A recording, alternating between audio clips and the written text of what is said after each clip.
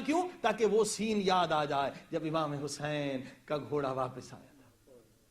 ایک دردناک واقعہ ہے. اب یہی ذوالجناح جو ہے انڈیا میں ہوتا ہے، پاکستان میں، ایران عراق میں نہیں ہوتا ہے. اس کا مقصد کیا ہے؟ یاد تازہ کرنا. یہ نہیں کہ ہم اس کو سجدہ کریں. اسی طرح سے تابوت وہاں نہیں نکلتا، وہاں لوگ روزے پر جاتے. جب روزہ موجود ہو تو تابوت کی ضرورت نہیں، کیونکہ ہم روزے پہ نہیں جا سکتے. جو دور دور بیٹھے ہیں تو ہم یاد تازہ کرنے کے لیے کیا کرتے؟ تابوت بناتے ہیں. لہذا ہر چیز جو عمل آپ کرتے ہیں، اگر مقصد کا پتہ چل جائے، فلسفے کا پتہ چل جائے اور تاریخ کا پتہ چل جائے، تو کبھی کوئی ظالم، کبھی کوئی شیطان، کبھی کوئی اسلام کا دشمن آپ کو گمراہ نہیں کر سکتا. صلوات پڑھیں محمد و آل محمد.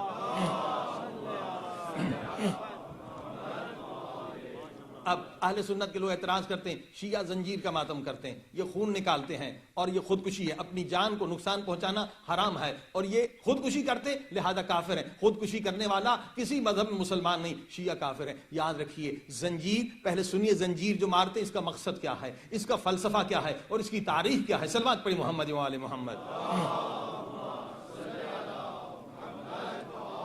کسی بھی مذہب کے بارے میں اگر آپ اعتراض کرتے پہلے ان سے پوچھیں تو صحیح کہ آپ کرتے کیوں ہیں، کیا فلسفہ ہے، کیا مقصد ہے، کیا تاریخ ہے. یاد رکھیے زنجیر جب بھی کوئی مارتا ہے تو مارنے والے کم ہوتے ہیں اور انہیں روکنے والے زیادہ ہوتے ہیں کہ اتنا جوش میں نہ آ جائے کہ اس کی جان کو خطرہ ہو جائے، فوراً پکڑ لیتے ہیں. ہاں صلوات پڑھی محمد و آل محمد. ہاں جی آپ نے دیکھا مقصد یہ نہیں ہے کہ اپنی جان ضائع کرے، مگر اس کا پیچھے مقصد ہے. مقصد کیا ہے؟ مقصد یہ ہے عزیزان گرامی، یہ مذہب اہل بیت کا ہمیشہ مظلوم رہا ہے. ٹھیک ہے، ہمیں کبھی تبلیغ کا موقع نہیں ملا. آج تو ٹی وی کا زمانہ ہے، ریڈیو کا زمانہ ہے. اب کس طرح سے میڈیا کریٹ کیا جائے. اب یہ زنجیر کی تاریخ کیا ہے، زنجیر کا فلسفہ کیا ہے. پہلے عزاداری شروع کہاں سے ہوئی؟ پہلے عزاداری ہمارے ائمہ معصومین نے، امام جعفر صادق علیہ الصلوۃ والسلام، امام محمد باقر علیہ الصلوۃ والسلام، امام جعفر صادق علیہ الصلوۃ والسلام نے عزاداری کا آرڈر یہ دیا کہ جب حاجی حج پر آتے ہیں نا تو ایک گروپ میں شیعہ بیٹھ جائیں اور رونے شروع کریں. صرف ماتم نہیں، صرف رونا شروع کریں اور مرثیہ پڑھنا شروع کریں. حاجی پوچھیں گے کیا ہو گیا، تم کیوں رو رہے ہو؟ تو بتاؤ کہ غربت میں حسین مارا گیا. یہ تبلیغ کا طریقہ. کوئی ماتم نہیں تھا، پہلے رونا شروع کرو. آؤ وہ بھی حج کے سیزن میں گروپ بنا کر تم اچھے اچھے اشعار سے حسین کی مظلومیت بیان کرو. اب اس کے بعد جب اور آزادی ملی تو اب ماتم کے جلوس نکالے. ٹھیک ہے، اب زنجیر کا ماتم کب شروع ہوا، کہاں شروع ہوا؟ اب آپ دیکھیے جہاں بھی زنجیر کا ماتم ہوتا ہے، اب اس کا مقصد یہ تھا کہ چند لوگ آئیں، قربانی دے، زنجیر ماریں، تھوڑا سا خون نکلے گا، اس سے کیا ہوگا؟ ہزاروں لوگ جمع ہو جائیں گے. کیا ہو رہا ہے آج بھی پاکستان میں؟ جب زنجیر لگتی ہے جس شہر میں، کہاں لگتی ہے؟ چوک میں لگتی ہے، بالکل سینٹر ڈاؤن ٹاؤن جو شہر کا سب سے بڑا حصہ ہے وہاں لگتی ہے. اور لاکھوں کا مجمع، کہیں ہزاروں کا مجمع زنجیر زنی دیکھنے آتا ہے. اب زنجیر کے بہانے سے میڈیا کریٹ ہو جاتا ہے، ہزاروں لوگ جمع ہوتے ہیں. اب عالم دین آ کے بتاتا ہے کہ حسین کتنے مظلوم تھے، یزید کتنا ظالم تھا. تو فائدہ کیا ہے اس تبلیغ کا؟ فائدہ یہ ہے مظلوم سے محبت پیدا ہو اور ظالم سے نفرت پیدا ہو.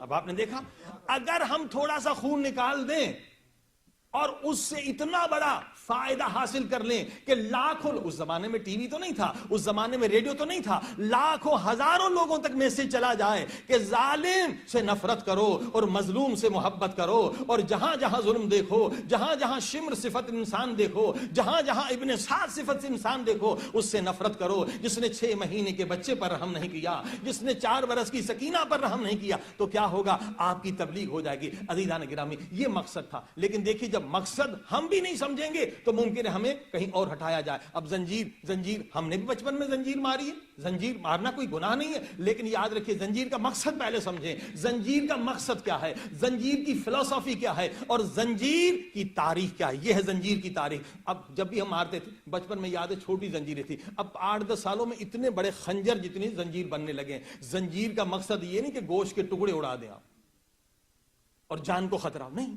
زنجیر کا مقصد ہے کہ میسج، ایک میڈیا کریٹ ہو. اب حضرت آیت اللہ خامنئی کی جو تقریر ہے زنجیر کے بارے میں وہ کیا ہے؟ بالکل جو ابھی میں نے بتائی وہی انہوں نے فرمایا تھا کہ زنجیر کے ذریعے سے مومنین نے قربانی دی، خون دیا اور میڈیا بنا اور تبلیغ ہوئی. کہا لیکن اب جن ممالک میں یورپ اور خصوصاً امریکہ میں کیا ہوتا ہے کہ یہی فلم جو ہم زنجیر مارتے ہیں اس کو ہمارے دشمنان اسلام ٹی وی پر دکھاتے ہیں اور کہتے ہیں یہ جنگلی ہیں، یہ وحشی ہیں، یہ ٹیررسٹ ہیں، یعنی اس کو ہمارے الٹا ہمارے خلاف استعمال کرتے ہیں. تو جہاں پر زنجیر مارنے سے اگر 5-6 آدمی شیعہ ہوتے ہیں تو یقیناً مانیے، مسلمان ہوتے ہیں تو یقیناً مانیے، لیکن جہاں الٹا لوگ شیعت سے نفرت کریں وہاں مارنا صحیح نہیں ہے.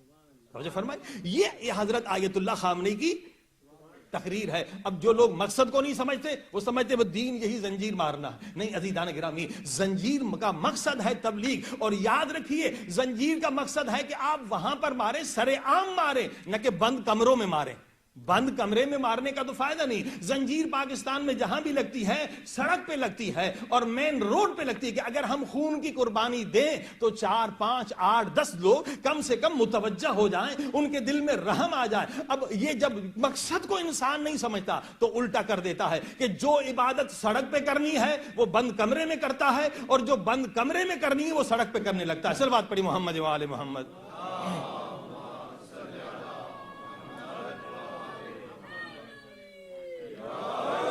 ہر چیز کے مقصد کو سمجھیں. مقصد کیا ہے، فلسفہ کیا ہے. اب میں نے کل کہا کہ جناب آگ کا ماتم کہاں سے شروع ہوا؟ کوئی کسی امام نے آگ کا ماتم کیا؟ نہیں کیا. تو کیوں ہوا شروع؟ اس کی ہسٹری ہے. برما سے شروع ہوا، ہندوستان کی طرف سے شروع ہوا کہ جناب ہندو تھے، جب انہوں نے دیکھا کہ یہ شیعہ، یہ مسلمان آگ پہ چلے جاتے ہیں، جلتے نہیں ہیں، اسے دیکھ کر کتنے مسلمان ہو گئے. اب اگر مسلمان ہو رہے ہیں تو اب آگ پہ ماتم کریں. لیکن اگر آگ پہ ماتم کرنا الٹا تماشا بن جائے تو یہ دین نہیں ہے، یہ فروع دین نہیں، اصول دین نہیں. آپ وہ کام کریں جس سے لوگ اٹریکٹ ہو جائیں اور اسلام میں داخل ہو جائیں. صلوات پڑھی محمد و آل محمد. ٹھیک ہے. لہذا حضرت آیت اللہ نے یہی کہا کہ اگر آپ زنجیر مارنے سے چند لوگوں کو مسلمان بناتے ہیں آپ ماریے، لیکن اگر وہاں پر زنجیر کامیاب نہیں تو کوئی اور طریقہ استعمال کریں جس سے لوگ اٹریکٹ ہو جائیں، جس سے لوگ مسلمان ہو جائیں. میں نے کہا ترکی، یہ پارا چنار کے جو ہمارے مومن ہیں اصل میں ترک ہیں. اب ترک لوگ میں نے کل بتایا تھا وہ آگ کھاتے ہیں، اور یہ آگ کھاتے ہیں اور اسے دیکھ کر لوگ اٹریکٹ ہو جاتے ہیں. میں دیکھو یا حسین کہہ کے یہ آگ کھا لیتے ہیں، انگارے کھا لیتے ہیں، انہیں کچھ نہیں ہوتا، اور لوگ مسلمان ہو جاتے تھے، لوگ اہل بیت کے عاشق ہو جاتے تھے. وہاں پر یہ کام کرنا جائز ہے. لیکن کہیں پر اگر آپ آگ کھائیں، لوگ آپ کو بے وقوف کہیں، آپ کو شعبدہ باز کہیں، وہاں پر الٹا آپ مذہب کی بدنامی کر رہے ہیں، بے عزتی کر رہے ہیں. تو ہر چیز جو آپ کریں مقصد کو سمجھیں، فلسفے کو سمجھیں، تاریخ کو سمجھیں. صلوات پڑھیں محمد و آل محمد.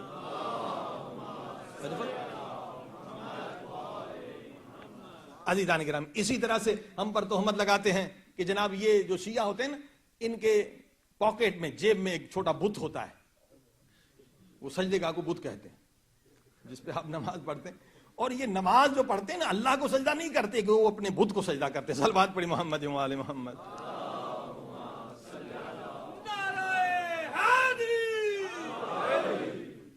یہ دیکھیں کتنا جھوٹا پروپیگنڈا. اور ظاہر ہے کہ آپ اگر گئے تو آپ تو سجدے گاہ نکالیں گے. تو جس نے بچپن سے سنا ہے کہ یہ بت کو مانتے، اسے کہا یہ دیکھو بت اس نے نکالا ہے. دیکھیے اس طرح سے برین واش کیا جاتا ہے. لہذا کئی علماء نے کہا کہ حج پر جائیں، آپ سجدے کا مت لے جائیں، کیونکہ اتنا جھوٹا پروپیگنڈا ہوا ہے کہ جو بھی دیکھے گا آپ کو بت پرست سمجھے گا، مشرک سمجھے گا. آپ وہاں ٹیشو پر بھی سجدہ کر سکتے ہیں، ٹیشو پیپر جو سفید اس پر سجدہ کر سکتے ہیں. اب دیکھیں ہماری شرعی مسئلہ ہے کہ ہمارے ہاں کھانے پینے والی چیزوں پر سجدہ نہیں ہو سکتا، خاک پر سجدہ. اور خاک پر سجدہ جو ہے اہل سنت کے ہاں بھی ثابت ہے، صحیح مسلم میں ہے، سنن ابی داؤد میں ہے. لیکن عزیزان گرامی یہ پبلک کو بتانا چاہیے جو ہم کر رہے ہیں وہ آپ کی کتابوں میں بھی موجود ہے. صلوات پڑھی محمد و آل محمد.